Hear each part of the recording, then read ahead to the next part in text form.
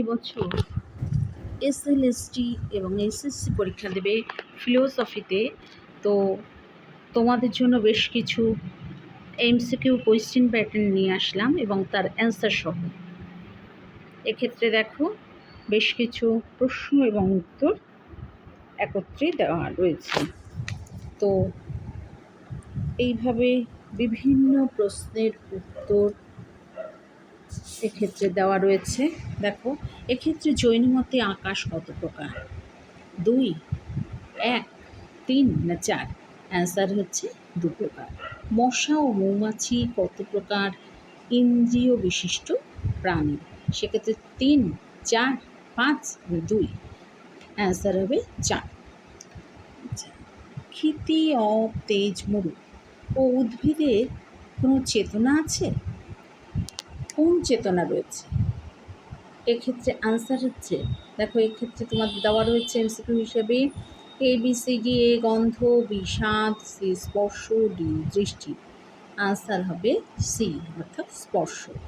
বোধি শব্দের অর্থ কী? প্রজ্ঞা, পরম জ্ঞান, দুটি বা বুদ্ধত্ব। এক্ষেত্রে অ্যান্সার হবে প্রজ্ঞা। বুদ্ধির দেবত্ব কারা স্বীকার করেন? মাধ্যমিকরা, হিনজানরা, যোগাচাররা না মহাযানরা? আনসার হবে মহাযানেরা। মহাযান সম্প্রদায়ের আবির্ভাব হয় কাদের সময়?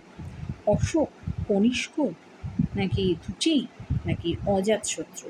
আনসার হবে অশোকের সময়। এইভাবে বেশ কিছু প্রশ্নের উত্তর আমি দিয়ে দিচ্ছি, এগুলো তোমাদের কাজে লাগবে।